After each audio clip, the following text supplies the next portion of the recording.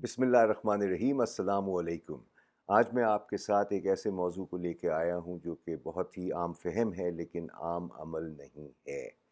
अगर आप गौर करें तो माहौल की जो आलूदगी है जो आपके गिर्द नज़र आ रही होती है वो असल में आपकी ज़ात की अक्कासी करती है, आपकी शख्सियत की अक्कासी करती है, आपकी सोच की अक्कासी करती है।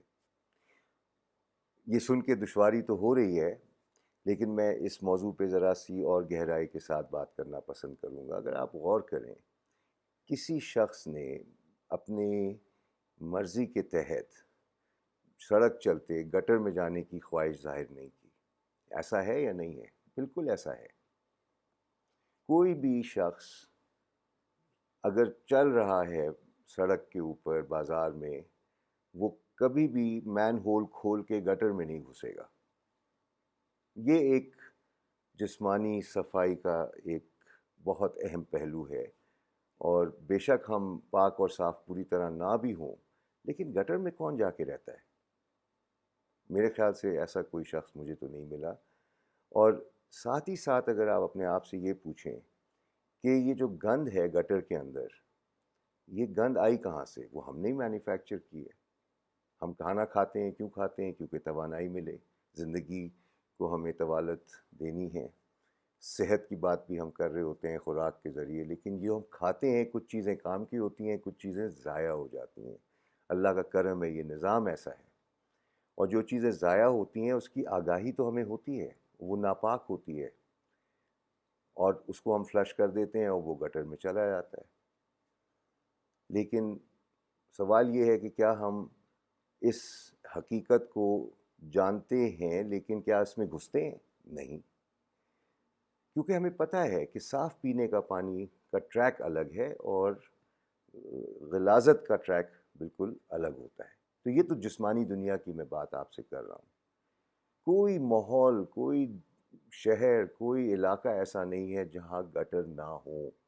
और गटर से वाक़फ़ियत ज़रूरी इसलिए है कि वो गलती से भी साफ़ पानी से मिल ना जाए, क्योंकि अगर मिल गया तो फिर हम अमराज का शिकार हो जाएंगे।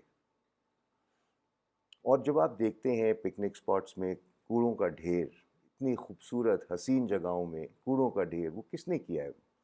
वो क्या हिरन ने किया था या किसी शेर ने किया था या हम जैसे लोगों ने किया है? गंद छोड़ के आते हैं, विरसे में ये छोड़ के आते हैं, अच्छी अच्छी जगहों को हम नापाक कर देते हैं। उसकी वजह क्या है? उसकी वजह ये है कि हमारी सोच गंदी है, हमारे दिलों में मैल है। हमें अपनी रूह को पाक करना है, अपने दिलों को पाक करना है, अपनी सोच को पाक करना है। तो जिस तरह आप अपने जिस्म को जब पाक करना चाहते हैं तो आप क्या करते हैं? गुस्ल करते हैं ना, वज़ू करते हैं। तो इस सोच को कैसे पाक करेंगे?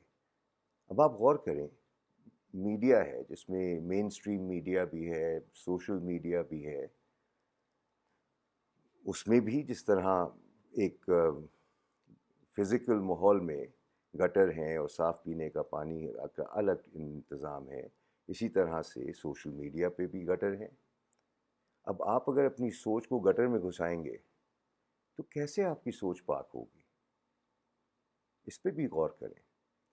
सोशल मीडिया में बहुत पाक साफ कारआमद इत्तला भी मिलती है।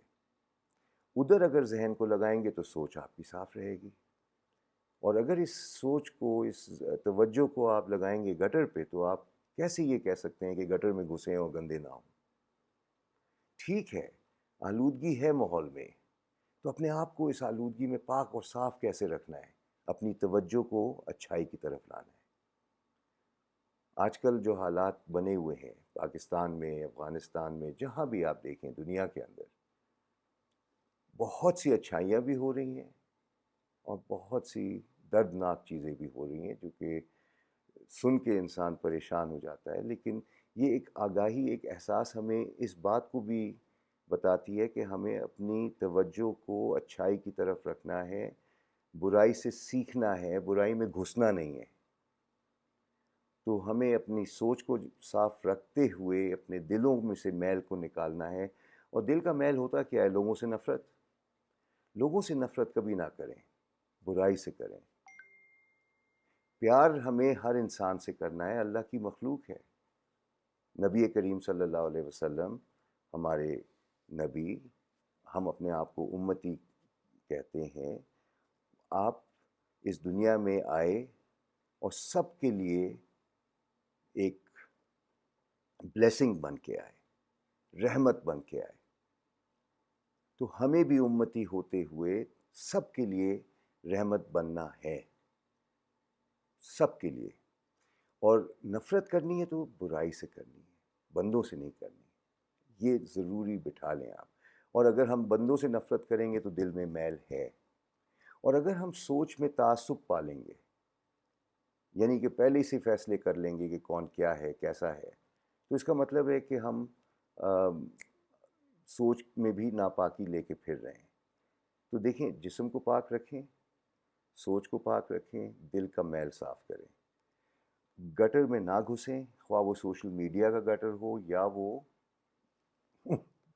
فزیکل گٹر ہو جو کہ ہم نہیں گھستے.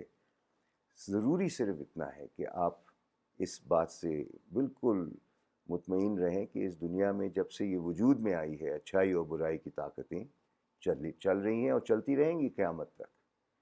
ہمارا کام صرف یہ ہے کہ برائی سے بچیں.